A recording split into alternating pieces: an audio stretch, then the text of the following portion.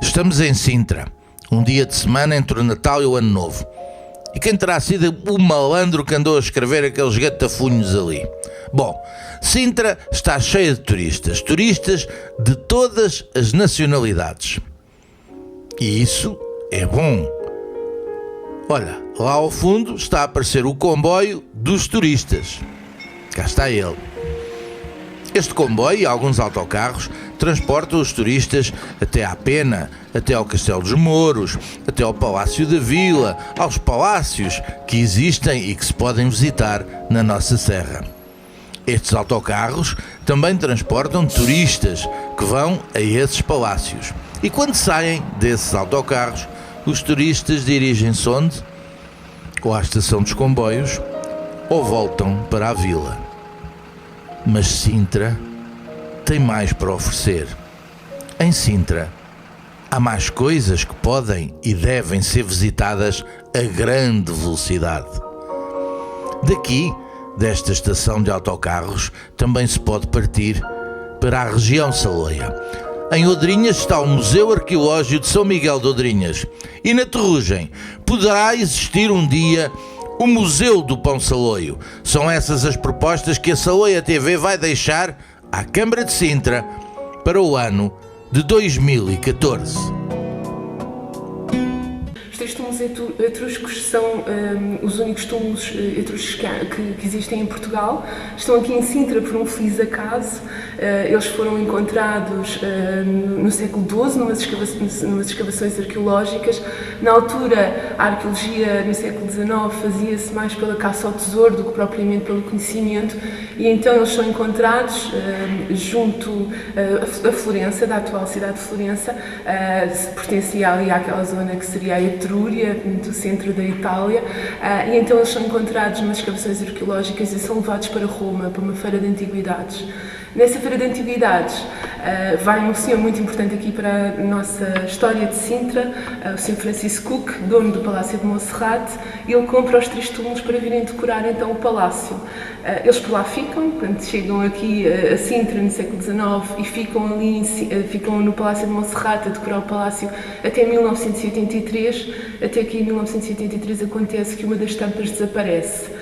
E ao desaparecer, a Câmara de Sintra guarda os túmulos e quando o Museu Arqueológico de São Miguel de Odrinhas é inaugurado, eles são as 3 peças escolhidas para dar início à nossa exposição, exatamente porque são as mais antigas. Eles estão datados do século IV a.C., 2 deles estão datados do século IV a.C. e um deles está datado do século III a.C.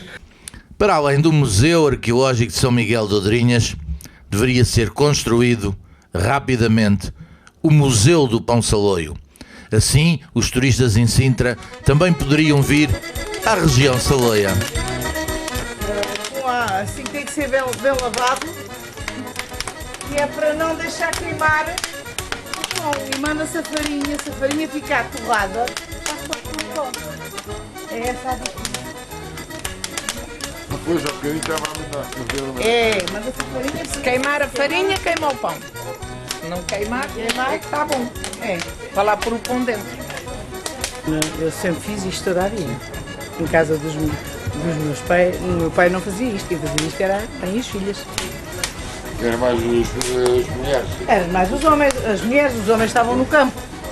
Iam para o campo e nós era tratar dos animais e tratar da casa e tratar de comer, e cozíamos o pão todas as semanas. Para nós comermos. Não havia, não é? Noutros sítios.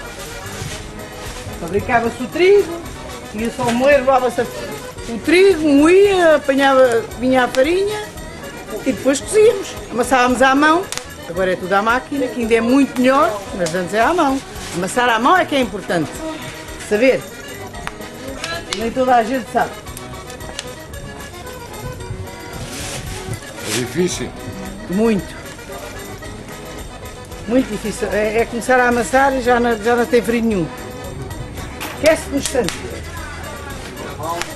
Não sabem nem quer aprender.